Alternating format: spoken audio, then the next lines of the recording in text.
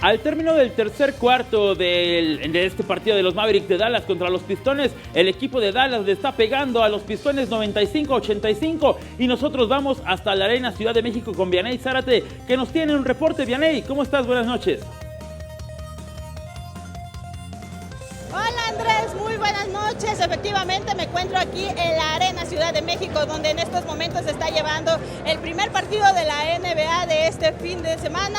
Sí, un gran ambiente el que se está viviendo, pero te quiero mostrar a una familia muy aficionada a la NBA, la familia Zamora, que es de aquí de la Ciudad de México. Chicos, ¿cómo están en este gran partido de la NBA? Platícanos. No, pues muy bien, muy padre, la verdad. Hay muchas actividades en donde participar y me encanta la variedad de juegos que hay. Oye, ¿cómo has visto el ambiente, la gente que está allá en sus casas, que no pudieron venir, pero que van a venir el sábado? Platícale lo que van a poder disfrutar.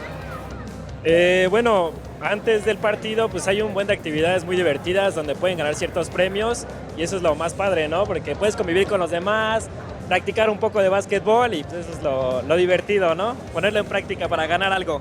Oigan, ¿y quién creen que va a ganar el día de hoy? ¿Los Pistones o los Mavericks? Los Pistons. Dallas, exactamente. Oigan, ¿recomiendan que venga la gente a la NBA cada que venga aquí a la Ciudad de México?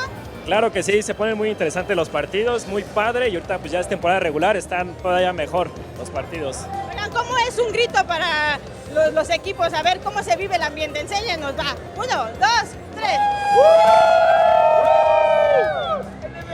NBA. Pues así, Andrés, es como se está viviendo la NBA aquí en la Arena Ciudad de México. Voy contigo al estudio.